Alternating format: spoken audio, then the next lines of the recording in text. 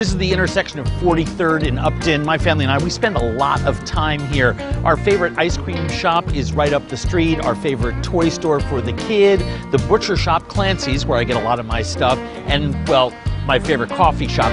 I believe that there are some places that are getting way more attention than, not that they deserve, but that is wise.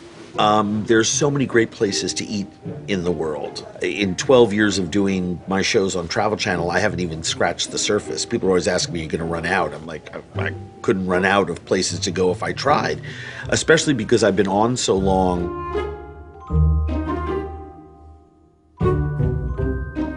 You know, last year we went back to Madrid. That was episode 2, but was the first show we shot when Bizarre Foods started. And Madrid has changed in 12 years so dramatically, it's like a new city. So we had lots of new stories to tell. Are we still in some sort of infatuated love affair with the food, say, of Hanoi or Bangkok or Hong Kong or Singapore?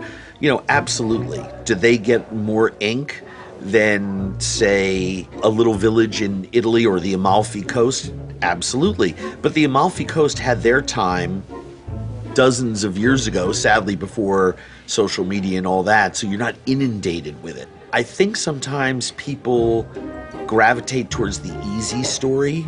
You know, Copenhagen is the easy story. San Sebastian is the easy story. I think going out and digging around in places and discovering them and telling the story that isn't easy is what I've predicated my career on, so I'm probably more sensitive to it than others. I want to see what's going on in Kazakhstan. You know, I want to see what's going on in Azerbaijan.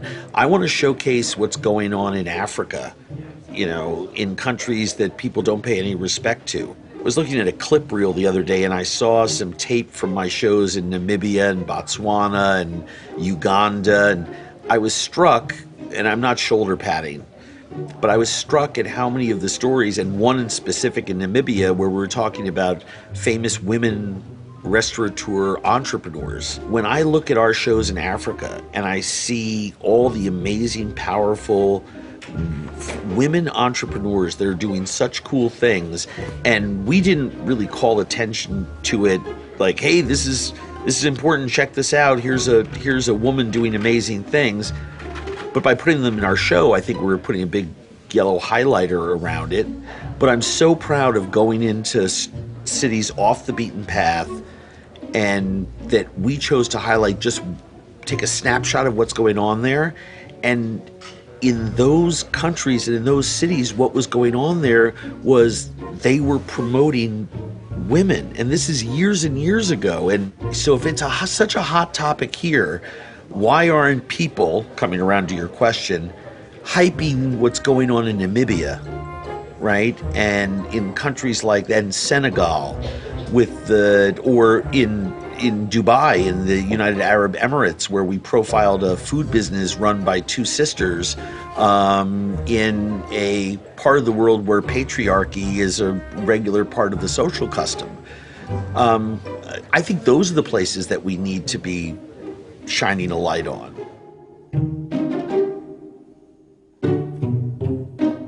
I think everybody has something that reminds them, if they're into food, of like great meals that they've had. I think every week about tiny deep fried birds in Vietnam, whether they're chicks or ducklings or little sparrows in the jungle.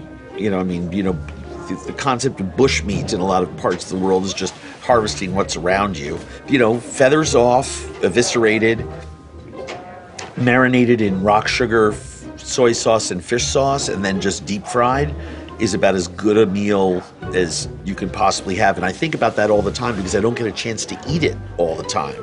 Someone should really do deep fried little baby birds in America. I am not joking around, because those little birds they're quick and they're easy to raise, and we have so many of them on our poultry farms. And I think people, just like eating a little small fish, would be amazed at the accentuated flavor of poultry that's in those small little birds. And you just hold the beak and eat the whole thing, and they're delicious. And I think about that all the time. I also, sadly, because I have so much resentment and anger towards the amateur salumist movement. It's like, figure out how to make your hams and your dried sausages, salamis, etc. Learn how to make that, and when it tastes good, then start charging money and serving it.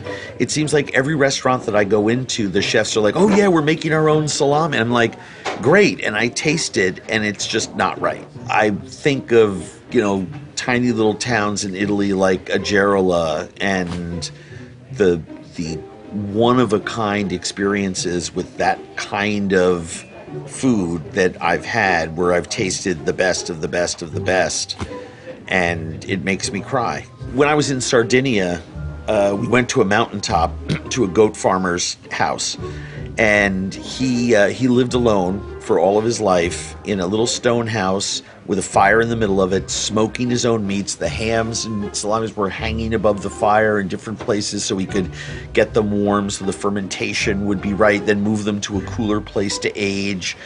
And he had casu marzu, the famed maggot cheese that, his family had made forever. And, he cracked one open for us, and, the creaminess from all the maggots who are eating the cheese and pooping it out, and then that makes more cheese, and then they eat it and they poop it out, and it's this gorgeous runny mess in the middle of this thing. Those sort of one-of-a-kind experiences, the meal that I had in his house was something I'll never experience again. I'll experience things like it if I keep traveling the way I do, but I'll never experience that again. Those singular elements I think about a lot.